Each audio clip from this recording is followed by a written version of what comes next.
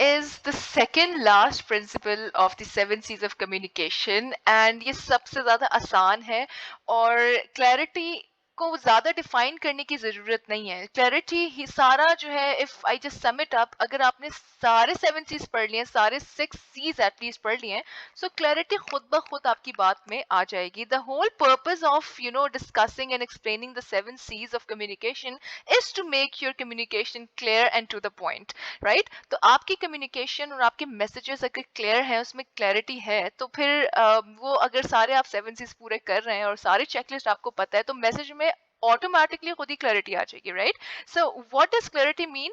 So clarity means that you need to get your message or the meaning of your message from your mind to the mind of your reader accurately. So this is the purpose of clarity, कि जो आपके mind में idea है, जो message आप समझ रहे हैं, वो ही आइडिया आपके रिसीवर या आपकी ऑडियंस तक पहुंचना चाहिए, without any ambiguity, without any any hassle and without any confusion. और आपकी बात में और आपके ऑडियंस की बात में एक ट्रांसपेरेंसी हो. मैं बार बार ये वर्ड इसलिए यूज करती हूँ ताकि लोगों को पता चले that transparency is actually the word जिसके ऊपर हमारा फोकस होना चाहिए. अगर आपने ट्रांसपेरेंट शीट देखी है, तो शीट के अक्रॉस भी आप देख सकते हैं, राइट? तो आपकी कम्युनिकेशन और आपकी बात भी इतनी क्लियर और इतनी साफ शफाफ होनी चाहिए कि अगले बंदे को समझ आ जाए जो आपके दिमाग में बात है और जो आप कन्वे करना चाह रहे हैं. और ये कैसे अचीव होगा? It's very easy. Again, you need to make your message concrete, you need to make your message concise, and you need to make your message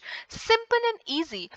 आपने प्रिसाइज, कॉन्क्रीट और फेमिलियर वर्ड्स यूज करने. Please कोई किसी भी किस्म का jargon इस्तेमाल करने की जरूरत नहीं है जहाँ पे जरूरत ना पेश आए, ठीक है? So jargons are technical words, not academic words. They are technical terminologies जो यूज होती हैं एक स्पेसिफिक फील्ड में, राइट? तो जार्गन्स या फिर कोई कॉम्प्लिकेटेड डिक्शनरी से उठा के वर्ड नहीं यूज कर देना जिसके लिए अगले बंदे को सर्च करना पड़े, गूगल करना पड़े कि इसका मतलब क्या है, right? So keep your communication conversational. ठीक है? The whole idea is to keep it conversational and yet maintaining the formality.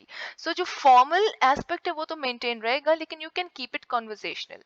So precise हो, यानी concise to the point बात हो, और इसमें आपने particular रहना, specific facts and figures बताने हैं, अपनी बात को concrete रखना है, use image building, vivid words, ठीक है?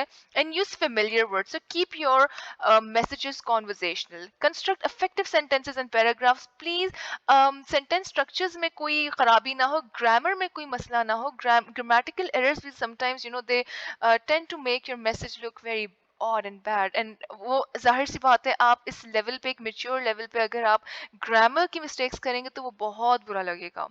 Use simple words rather than jargons. As I told you earlier, that you have to use simple and clear words which are easy to understand, familiar words, and please avoid using jargons. अब एक medical terminology या कोई specific finance की कोई terminology मैं use कर दूं और मैं different diverse group को अगर मैं address कर रही हूँ, तो उनको तो आधी से ज़्यादा बात समझ ही नहीं आएगी. So this is the reason why we recommend people to avoid jargons जहाँ पे आपके पास diverse और एक inclusive audience हो.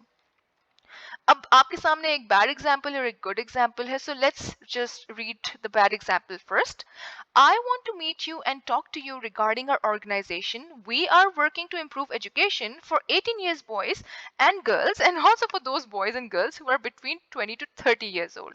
Now, first of all, एक तो इसमें grammatical error मुझे बहुत ज़्यादा नजर आ रहा है. फिर बात कोहेरेंट भी नहीं है, इसमें कोहेरेंसी नहीं है, बात में जोड़ या ऑर्गेनाइज्ड बात नहीं है. आइडियाज जो है वो ऊपर नीचे एक तरह से float कर रहे हैं. So it's not specific, it's not to the point, and it has some grammatical errors, it has some punctuation errors. तो ये सारी चीजें. एंड सेकेंडली बात जो है ना वो to the point, to be very to be very precise. तो बात जो है अगर प्रिसाइजली मैं ब्रीफली बताऊं तो ये टू द पॉइंट बात नहीं है. तो अगर इसको मैंने टू द पॉइंट बात रखना है तो एक तो I need to make sure कि मैं फैक्ट जो है वो सही से बता रही हूँ, मैं कॉन्क्रीट बात कर रही हूँ, और मेरी बात में जो है वो कंसाइजनेस है. So just see the good example now. We would like to have a meeting with you to introduce our organization. We are working for youth development project. Clear, simple and easy. To the point आपने यहाँ बात कर दी. I'm not saying that this is the best example. You can also rephrase it the way you want. लेकिन at least it's still better than the example that I just read right now. तो ये जो अभी bad example पढ़ी थी उससे तो बहुत ज़्यादा फिर बेहतर है कि it is at least clear and to the point and it maintains that professional level of that professional level of communication.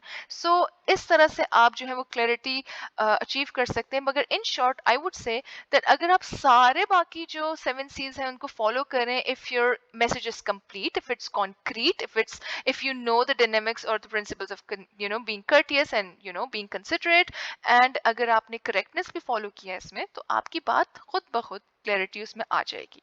Thank you.